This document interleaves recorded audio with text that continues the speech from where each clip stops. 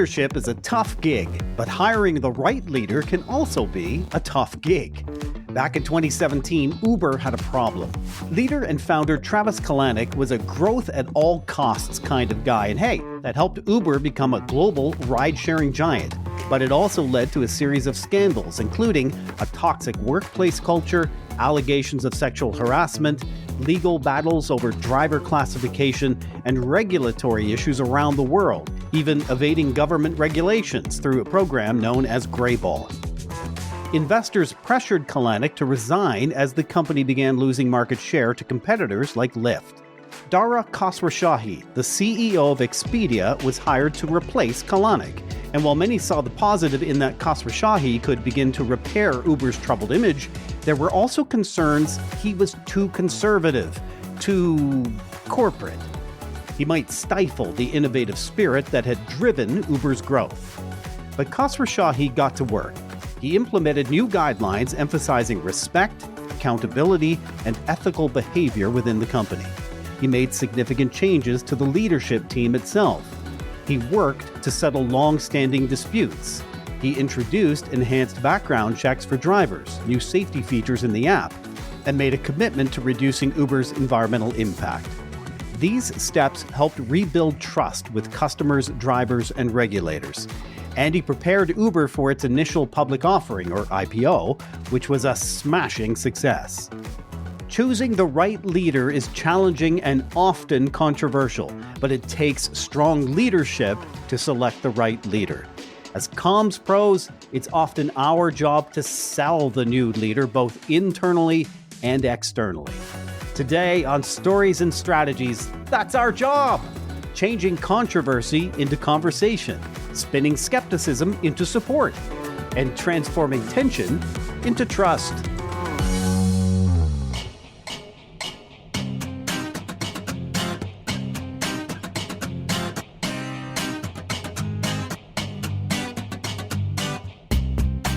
My name is Doug Downs. Hey, we want to give you $50 for 5 minutes of your time. Other than the oldest profession, where are you going to find an offer like that? No, I'm kidding. We're doing listener feedback sessions. I want to meet with you by Zoom for all of 5 minutes and just ask you how you found the podcast, stuff like that. Before recording this episode, I was on with someone on a Zoom call just talking about the podcast through this. There's a link to my email in the show notes. My guest this week is Dean Heuman, joining today from Edmonton in Alberta. Hey, Dean. Hey, how you doing, Doug? Good. We're heading toward October here. No snow up in Edmonton, not yet, but the day is coming. The temperatures have cooled a little bit, but as little as a week ago, we were at 30. So that's 30 Celsius is a lot for us in September. We don't really think about that. And that's like 85 or so Fahrenheit. Yeah. So, and it's a grab bag. You could get that in October. You don't know what you're going to get in October in Alberta. No, absolutely. I was saying it's 10 degrees at night and 30 degrees in the daytime in Edmonton. I don't know anywhere in the world where you get a 20-degree split between 4 a.m. and 4 in the afternoon. Absolutely. But that's the way we live here. We get 4 seasons for real. Dean, you're a principal at Focus Communications in Edmonton, along with your wife, Sue, who's also been a great guest on the podcast. You have over 2 decades experience in finding and delivering unique and memorable messages for various organizations and audiences. You specialize in marketing, new media, social networking, and public and stakeholder consultation. Sometimes the companies we work for, they make decisions that we don't fully understand, at least in the moment, or understand at all. But it is our job to help the company make the announcement and manage the decision. I think the old technical term used to be put lipstick on a pig. That's probably offensive in some circles. So I'll call it rearranging the deck chairs on the Titanic. What are some of the ways that we can go about doing that? Well, honestly, lately it's begun coming around in leadership areas, right? So they make a decision in leadership. There are lots of ways this can happen in your organization. As an external person, we get brought in a lot of these times in these situations because they start to reel out of control. But when you're in the organization, a lot of times it's around leadership. Who are you bringing in as a leader? How are they going to affect change in the organization? And everybody is literally tightens up when they hear there's going to be a change. What does it mean to me, especially inside the organization? But think about all the outside organization, the suppliers, your sponsors, if you have sponsors you're in that kind of an environment where, your brand is tied to their brand. How great or how chaotic was the last leader? If you're going from a very chaotic situation, and even though there might be some great things, there's a lot of chaos around, and you think you're bringing in someone a little more stable who can manage the thing and bring it in, you may have a sort of a series of confidence or a relief. But there's still going to be people who say, what does this mean to me? Does this mean, cuts? Does this mean we're going in a different direction? Is the growth not going to be as good? Or is my bonus not going to be as good? And so as a communicator, you have to start to establish, I believe, in an understanding of what the risks or what the feeling of the people and the stakeholders are, and start to address those situations. Now, in the political world, and I don't like the political world and I don't play in the political world, but they have a first 100 days deal. And I think that really works to the communicator and to the leader's advantage if you can use that honeymoon period, if you will, or at least state that in the first 100 days, there are some things that are going to happen and we're going to communicate well with you. And so I always think, first of all, communicate as transparently as possible and as often as possible are the basic ground rules. And I think in a void, we know in a void, gossip rules, right? And it's rumor and innuendo, whether it's in the industry or whether it's inside your own organization. If you don't fill it with some information and you don't help feed the information and clear up your own message, the message is gone. It's a wildfire, and then you're really going to have a control problem. Leadership changes are challenging and sensitive at the top, but also not just the CEO or the board chair, the layer just beneath that is sensitive too. And the impetus for this episode was something that happened with the Edmonton Oilers NHL Hockey Club. They made a change, not at the very top, not Connor McDavid, he's staying, so far as we know, but they made a change to, they had an addition to one of their senior leaders. And hockey in Edmonton is kind of like football in Green Bay. This is a religion. This is not a sport. This is a religious endeavor. Tell me about that change, the sensitivity to it, and how you think the Oilers have managed it or could have managed it. So it was, you're right. This was the impetus for the episode because I was so surprised. And then Brisjob brought up a lot of questions as a communicator. So they were one game away from winning the Stanley Cup. And as soon as the Stanley Cup playoffs were over, they made it known that they were going to not renew their general manager. The general manager didn't have a contract into next year, and they were not going to renew their general manager. That in and of itself, not necessarily controversial. You could That's see, a big deal. That's a big deal. We're running in a particular direction, and we were one game away from a championship, and we're going to release one of the key functional leaders in the player and operations of the team, not the organization, not the all the media stuff and all that stuff, but we're going to walk away from a leader in the player operations side. Lo and behold, they announced hiring a controversial character.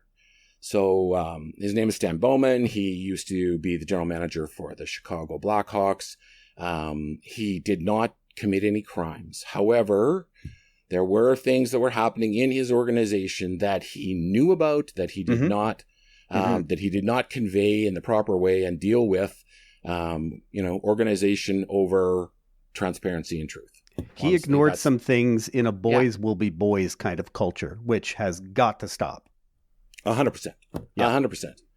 And he was punished, and he was suspended for a period of time, but they come back and they immediately announce that. Now, here's the part that's confusing to a communications person. The first thing I asked myself is, as a candidate, was he so much better than any other possible candidate that it was worth the controversy to the fans who reacted? Not all, for sure. Some said, hey, he paid his price and he's a smart guy and everything else. It is what it is. Lots of people said that's insane. Why are we condoning this by immediately, like he just got off suspension June 1st. In the middle of July, we have him now hired to a fairly significant long-term contract. It wasn't for $1.50, I can assure you. And so the fans weren't happy.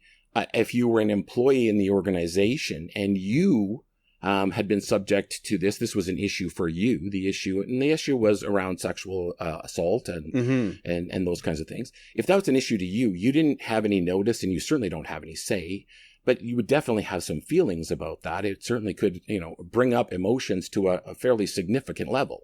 As a female staff member, how would you feel knowing a very senior leader has been hired who in his past, very recent past, has allowed a boys will be boys culture that resulted in sexual assaults?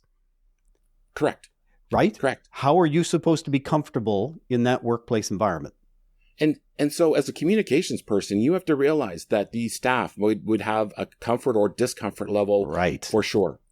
That, in fact, the suppliers that supply that company, the sponsors who sponsor that organization, that's right, may also have, our brand is tied to your brand. And now what are you doing?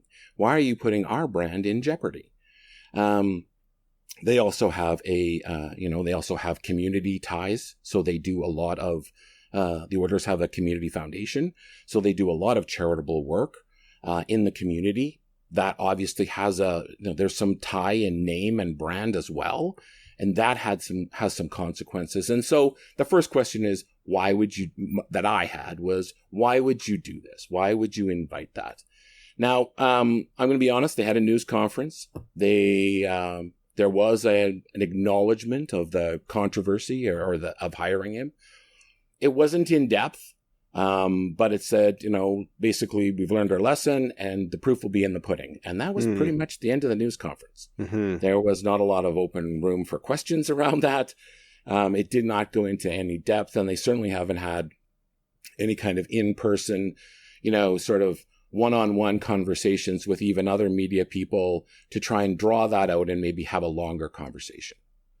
So as a communications person, then I think about, okay, what's the process that goes around this? And if you were the communications person, and they have many, and they're very talented, they do a lot of things every day that the brand is solid. Know about. The brand is solid, that's for sure. And so, how do you deal with this? Well, the first thing I would do, and I don't know internally what happened. So I mean, internally inside the organization, we don't know what they did for employees or what kind of a conversation they had. But if it was me, I would follow my process is EFA, emotion, fact, action. And the first thing you have to do in any situation is deal with the emotion of the situation. You may be feeling things and you need to let them out. You need to tell me what you're feeling, which takes a lot of courage from the person who's standing there, because they might be a clerk, they might be a ticket seller, or they might be someone very low in the organization in terms of the organizational chart, but they're just as important as everybody else, because you have to remember that each one of them is a human being, and people know that they work. This is a brand. This is probably the biggest brand in Northern Alberta. Mm-hmm. In terms of the kind of media attention it gets, and especially even around the world. I mean, Connor McDavid, you say the words Connor McDavid, it resonates in a lot of places in the hockey world. Absolutely. Around the world.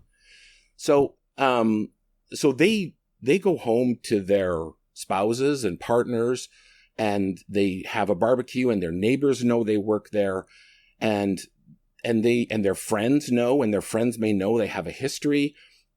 There's a lot of external conversations, and you can say, well, that's not really the Oilers' problem. But in fact, those are Oilers employees. And I think in any organization, you have to say, my employees, if you believe that people are first in your organization, and a lot of organizations say it, considerably less mean it. But I would say a lot of organizations say it. And a lot of organizations do feel that. They have to understand that there are roll-on consequences. So the first thing you have to do is deal with the emotions. And then, I mean, I would have been, if I'm the sponsorship director or vice president of, relations, I'm on the phone to every single one. Did they do that? I can't tell you. Measuring the temperature, kind of 100%. Yeah, right. Yeah. You got to know what they're thinking and feeling. If they're alarmed, if their deal is, we give you $1.5 million a year or more, what are they feeling? Are they at risk? You didn't have that conversation before you announced it. Like, that doesn't happen, because you would have been under a situation that said basically they get to decide who you hire. And I don't think there are lots of organizations who care what happens afterwards, but they're prepared to deal with it, but they don't ask beforehand. And then the facts. The facts are, this was an opportunity for us to do this. We feel there's some things, and the actions we have taken is there are boundaries within his responsibilities, and he is going to earn our trust and continue to show us every day. And, those are the kinds of things that you go through. But if you don't deal with the emotion first, the facts aren't going to matter. EFA, emotion, fact, action. Measurement. That's the next step here. What are the KPIs for the Oilers to know that things are going okay? Number one is the team is winning games. In sports, if the team is winning, it's like in business, if the shareholders have seen shares go up 30%, management is doing a crackerjack job and it's all good. Yeah, I mean, sure, there's the measurements are pretty, actually, they can be very transparent. Did you get a high turnover? Were there 4 or 5 people who just said, I can't work in an organization who thinks this is a leader? And did they walk out the door? And whether they're key people or not shouldn't matter to the organization. That should be a signal that this was fairly significant. Whether it's a mistake or not, you have to put all the factors together. Did a major sponsor walk away? Did they say our brand cannot be associated with that brand? I mean, there are definitely people out there and definitely things that have happened in the world where brands have said, there is no way, we're done. We're out the door today, not tomorrow, today. The third thing would have been, were there players who said, I can't play under this regime? Right. Like, you have to remember, there are players, and what is a player going to say? You have a multi-million-dollar opportunity with an organization. You may have a history in your family, yourself, with sexual assault. It may have been a huge problem for you. But what are you going to say?